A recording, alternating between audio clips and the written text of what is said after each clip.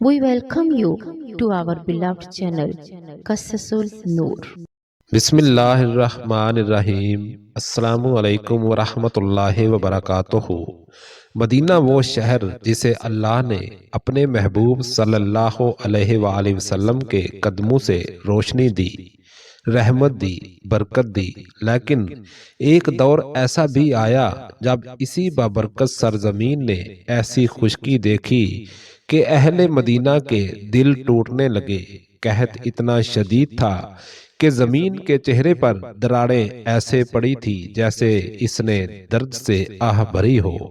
ہوا میں گرد ہی گرد تھی، کنویں نیم مردہ ہو چکے تھے، کھجوروں کے باغ ویران، اور جانور بھوک سے یوں لڑکھڑاتے تھے جیسے آخری سانس لے رہے ہوں۔ بازاروں میں وہ رونقیں باقی نہ تھیں جن پر مدینہ ناز کیا کرتا تھا۔ گلیوں میں اب قدموں کی چاپ کم، آہوں کی صدائیں زیادہ سنائی دیتی تھیں۔ لوگ ایسے تھکے ہوئے چہروں کے ساتھ پھرتے کہ گویا امید بھی ان سے روٹھ گئی ہو۔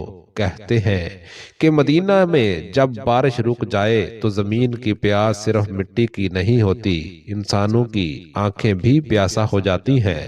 بچے رو رو کر تھک جاتے تھے، بزرگ آسمان کی طرف دیکھ کر خاموشی سے پلٹ جاتے تھے، اور عورتوں کے چہرے پر وہ اضطراب تھا جسے لفظوں میں بیان کرنا مشکل ہے۔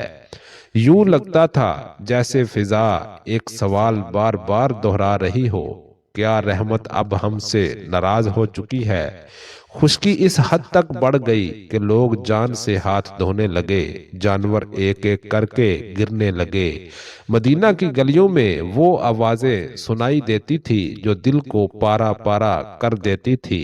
وہ مائیں جو اپنے بچوں کے لیے کھجوروں کا تھوڑا سا لعاب نکال کر دیتی تھی، اب ان کے ہاتھ بھی خالی ہو چکے تھے۔ کچھ لوگوں نے مدینہ چھوڑنے کا سوچا، مگر یہ وہ شہر تھا جو چھوڑنے والوں کا نہیں، ٹھہرنے والوں کا شہر تھا۔ لیکن ٹھہرنے والوں کی آزمائش اب انتہائی حد تک پہنچ چکی تھی۔ مدینہ میں بھوک، پیاس اور بے بسی یوں جمع ہو چکے تھے کہ ہر چہرے پر سوال لکھا تھا، اب کیا ہوگا؟ اور اسی لمحے اللہ نے اپنے نبی صلی اللہ علیہ وآلہ وسلم کے ذریعے رحمت کا دروازہ کھول دینے کا ارادہ فرمایا۔ یہ پوری کہانی کسی سنی سنائی بات پر نہیں بلکہ صحیح بخاری اور صحیح مسلم کے مستند ترین واقعات پر مبنی ہے۔ وہ زمانہ جب مدینہ شدید قحط سے گزر رہا تھا، ایک ایسا وقت جب انسان کے بس میں کچھ نہ رہا تھا۔ اس دن جمعہ کا خطبہ ہو رہا تھا۔ مسجد نبوی صلی اللہ علیہ وآلہ وسلم میں لوگ بیٹھے تھے، مگر ان کے دلوں میں بھوک، خوف اور بے چینی کی لکیریں تھیں۔ نبی کریم صلی اللہ علیہ وآلہ وسلم منبر پر تشریف فرما تھے کہ اچانک ایک صحابی کھڑے ہوئے۔ ان کی آواز میں کپ کپاہٹ تھی، چہرے پر دکھ، اور آنکھوں میں پوری امت کی خاموش فریاد تھی۔ انہوں نے عرض کیا، یا رسول اللہ، جانور ہلاک ہو رہے ہیں، راستے بند ہو رہے ہیں، ہمارے لیے بارش کی دعا فرما دیجئے۔ یہ الفاظ ادا کرتے ہی مسجد میں ایک عجیب سا سکوت چھا گیا۔ لوگ جم کر بیٹھ گئے، دل دھڑکنے لگے، ہر چہرہ امید اور خوف کے ملے جلے جذبات کے ساتھ نبی کریم صلی اللہ علیہ وآلہ وسلم کی طرف دیکھنے لگا۔ باہر آسمان ایسا صاف تھا جیسے کبھی بادل کا نام نہ سنا ہو۔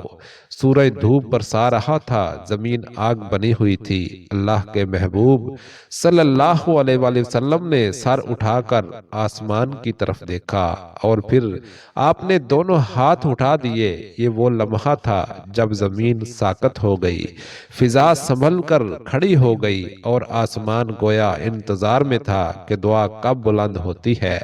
نبی کریم صلی اللہ علیہ وآلہ وسلم نے ابھی دعا شروع ہی کی تھی کہ حیرت انگیز طور پر آسمان کے اس گوشے میں ایک سیاہ رنگ کا بادل نمودار ہوا جس کا وہاں ہونا ناممکن سا لگ رہا تھا۔ صحابہ بتاتے ہیں کہ آسمان بالکل صاف تھا، ایک بھی بادل نہ تھا، مگر دعا کے ہاتھ اٹھنے کے چند لمحوں میں ایسا لگا جیسے بادل زمین کے پیچھے سے دوڑتے ہوئے آسمان پر پہنچ گئے ہوں۔